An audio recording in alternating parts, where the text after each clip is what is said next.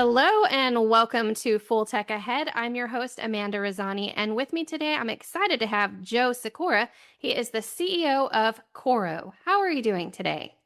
Great, Amanda. How are you doing? Doing well. I'm so excited to have you on the show. Can you share a Absolutely. little bit about Coro and what services does Coro provide? Sure. Yeah, Coro, it's a platform, a complete cybersecurity platform, right? We have a single agent that we provide roughly 14 different modules, so we cover all aspects of cyber.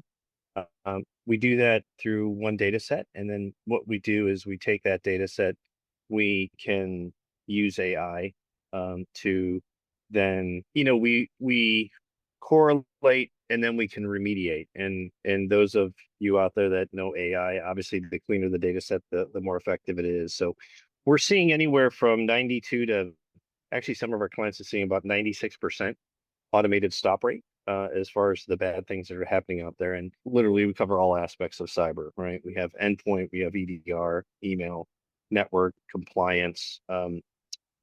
Gardner has this kind of deemed workspace protection, right? That's kind of the new buzz term where we do have a direct integration to Microsoft 365 or Google Workspace. So, yeah, many things we do. I've been in cyber for a long time, going on 30 years, and I've been at many places, and it's almost a too good to be true. And I tell people you have to seeing is believing. So definitely try it out to see what we can do. Absolutely. The world of cybersecurity has greatly changed, especially over the past few years with AI. Right. So, to that note, our topic today is going to be about small to medium-sized businesses and, smaller teams that are sort of using a Franken-stack set of tools for their cybersecurity needs Sure. and kind of the struggle that that causes for managed service providers and security leaders. To that note, from your experience, what is the biggest security challenge that small businesses are facing today?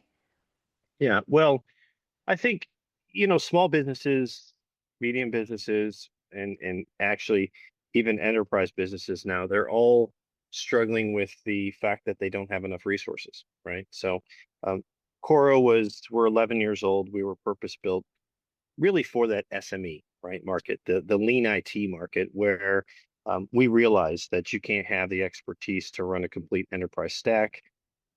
Even if you have the budget to do it, you may not have the expertise. Or if, say, you have someone that's a specialist in the endpoint or EDR or email that you picked as far as your stack goes, what if they leave?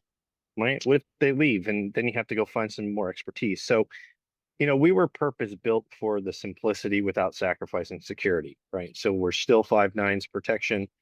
Like I mentioned before, it is built to use AI in defense of all the AI the bad guys out there. That's it, right? A lot of people I talk to, we've seen, and I've been a part of a lot of enterprise solutions, right? Part of that Franken-stack, if you will, where we used to connect things via API.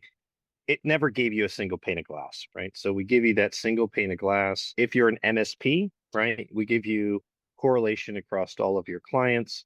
And some of the new stuff we're working on is you don't even have to interface with our UI. We'll actually bring Core to where you want to use Core, whether it be your AI platform, whether it be Slack, if it want Teams, so you can actually interface this in a multitude of different ways.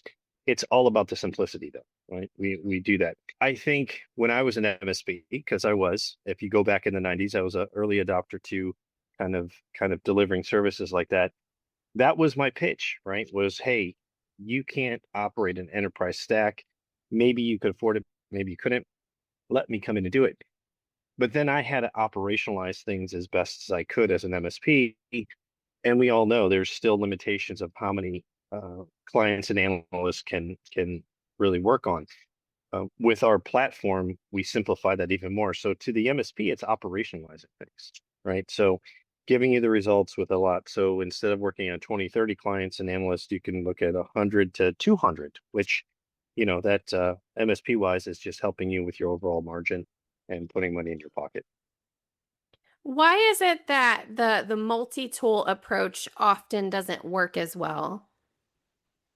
Well, listen, enterprise solutions are fantastic, right? In fact, I tell everyone if you want to put Coro against a single solution, an enterprise solution, we may not have all the bells and whistles that you're looking for as an end user because there's complexity to it, right? If you all of us that have been in cyber for a long time know the number one risk is people, right? So we have security awareness and training to help with that. But number two is misconfiguration, right? So I've seen a lot of clients through the years have issues with something was misconfigured because they had that widget or something that they didn't turn on right or configure right.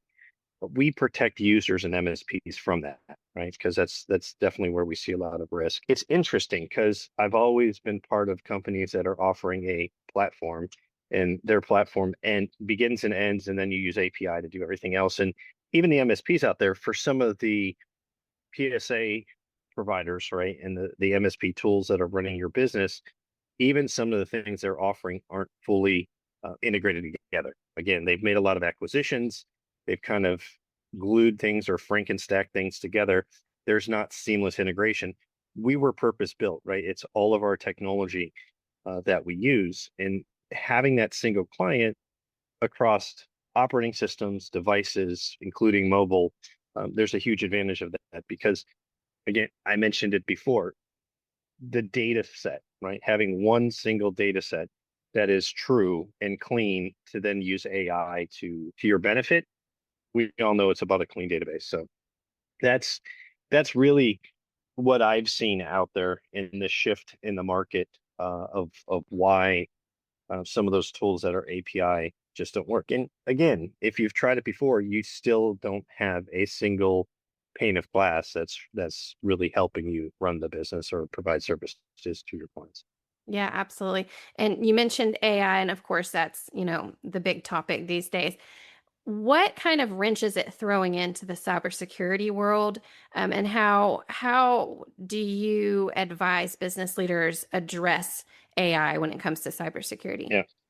Well, if this was a more social event, I'd probably tell you we could do an AI drinking game, right? Where every time, uh, joking aside, listen, AI has been with us for many, many years.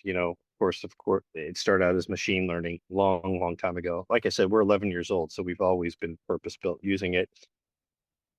I think the attacks are definitely on the rise. And as a provider who gets to see things happen, we've already seen almost 4x the number of attacks so far this year than all of last year, right?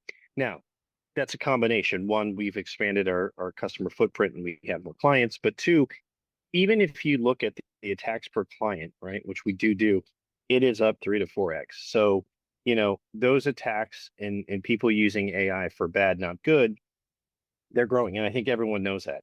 I think, we've all gotten some type of either phishing or other attack. It looks really good now, right? Because, before we were able to say, hey, the logo's off, the spelling's off, this isn't the right. So that's where that awareness and training and training the people is core. And that's why it's one of our core modules that we integrate into this. If you're not using an AI system, I don't see how you keep up, right? I really don't. If you're not using it for good, if you will, and helping you assist your clients, it's only going to get worse, right? I mean, I think if you rewind back 6 months ago, you would have never, all of us, listen, for years been using it. But even if you rewind 6 months ago, it was like, yeah, it's a good tool. It still needs some work. Now I'm talking to people and they're like, holy cow. They're shifting platforms too. And who knows where we're going to be even 3 months from now, because this is going faster than anything we've seen before. I think everyone out there understands Moore's law. This is kind of hyperscale when it comes to that. I mean, things are just changing so quickly. So For business leaders who are currently using this plethora of different tools for their security needs, and maybe they do want to switch over to a all-in-one visibility platform, what advice do you have for them as far as how to get started? And how do you address their concerns about, well, we already paid for all these different tools. Sure. How do we see our ROI on, you know, what we already paid for, getting rid of that? Yeah, absolutely. Well, again, everyone has tools. Everyone has a stack. Um, we're more results driven, and I tell everyone that, we are even we're not an MDR, but we give you MDR results. And that's really what I think most MSPs are looking for. When I talk to them, and I get very, very fortunate. I get to travel the world and talk to MSPs all over. That's what they want, right? They don't want the complexity, they want the results. And if we can give you those, and then you provide, right, detection response and doing the threat hunting, that's something that is a billable service for all those MSPs out there. And we're not going to compete with you like some of the others out there. So it turns into more of an operational discussion. Again, we understand commitments have made. You've built systems. That's why we again, the seeing believing. We let you get started at no cost, and it's something that our system you can get up and running in typically less than 30 minutes, right, for an end user. So it's a very intuitive but powerful tool that they could try. I've seen MSPs say, "Hey, this is great. I'm going to use it for my small to medium business clients." And then all of a sudden, I meet with them in 6 months, and they're like, "Oh, by the way, I'm now using it in a higher." I have a client, maybe a school system that has 20, 30,000 users. I'm using Coro. So, you know, it's that. Of course, we have competitive place displacement programs and everything else, but we allow you to consume Coro the way you want to. If you want to just do monthly consumption, great, we'll do monthly consumption. So it's a very flexible. And if you look at our program that we built, we're 100% channel. The partners out there that know me and have heard me, I took over about almost a year ago in July. We went 100% channel, not channel first, not channel led, 100%, right? No mixed model. We're not selling direct. So we give them the protection they need, which is what a lot of partners are looking for. And unfortunately, they don't have that as much as they used to. That's the pitch, really, is again, your main cost as an MSP is typically not your software license. It's the operational back end. And if you really take a look at that, it's like, okay, well, if I can multiply the number of clients that you can put your analyst on, and it's 5x or even greater. I've seen some MSPs at 10x. That's real money, right? And that's margin in your pocket where either you can keep it or you can get more aggressive with your pricing if you want to. Are there any mistakes from your experience that you've seen MSPs make that you'd like to point out, like a different shift to their mindset that they should have in any particular area? Well, I'm not going to say mistake, right? Because listen, I think all businesses are there to make mistakes. You learn from your mistakes. I made a lot of mistakes when I had my businesses. And, I think it's more around just giving a fresh look that just because you have maybe the most expensive platform or expensive solution, you really need to look at the complexity, right? Because now you can deliver very, very effective security. It's not the way it used to be, right? That flexibility and operational efficiency is real. And that's the thing that I think most of because listen, I still have a lot of friends. We're all getting older and we've been doing this for, 20 to 30 years. What we used to offer as best of breed, the old best of breed products where we built this really complex stack, um, seeing's believing, right? And trust me, I had to actually work with the system before I joined Coro. I did a full evaluation. And then of course I have a few friends that also looked at they're like, this is crazy. Why aren't they telling more people? So that's why I'm here. Right. So that is one of the things that I tell MSPs is you should at least always be looking at new things out there. Maybe we're not a fit today, but you never know. I'll argue there's always something that you can improve in your system, and it's worth giving it a try. Well, as rapidly as technology is advancing, what's the next thing that you think cybersecurity leaders should be focused on and getting prepared for? I might throw out quantum. I don't know, but what's out there? What's Yeah, quantum. next? Yeah, quantum. Listen, quantum's not. I know we've been. I don't even want to tell you what I started dabbling with quantum, and it's been a while. So it's been out there, and I think the big advice, the advice I can give is just embrace change, right? Because things are moving at such a fast pace that I can't even tell you. If you even look at product cycles, right, and roadmaps and everything else, sure, we have our roadmap that's a short and then a long term, just like everyone else. But we've gone to product cycles that are almost immediate, right? Because you can look in any of you using any of the AI platforms. I think every time you log in, what do you see? Hey, there's an update, right? There's a new version. So it's this constant thing, right? It's this constant upgrading and making our systems better. So embracing that and embracing change and keeping an open mind is really, I think, what we're all going to have to do. I mean, I also have that conversation with friends because I have 4 children and they're like, what are you telling them they should get into? Of course, I always say, as long as they're happy, that's all that matters.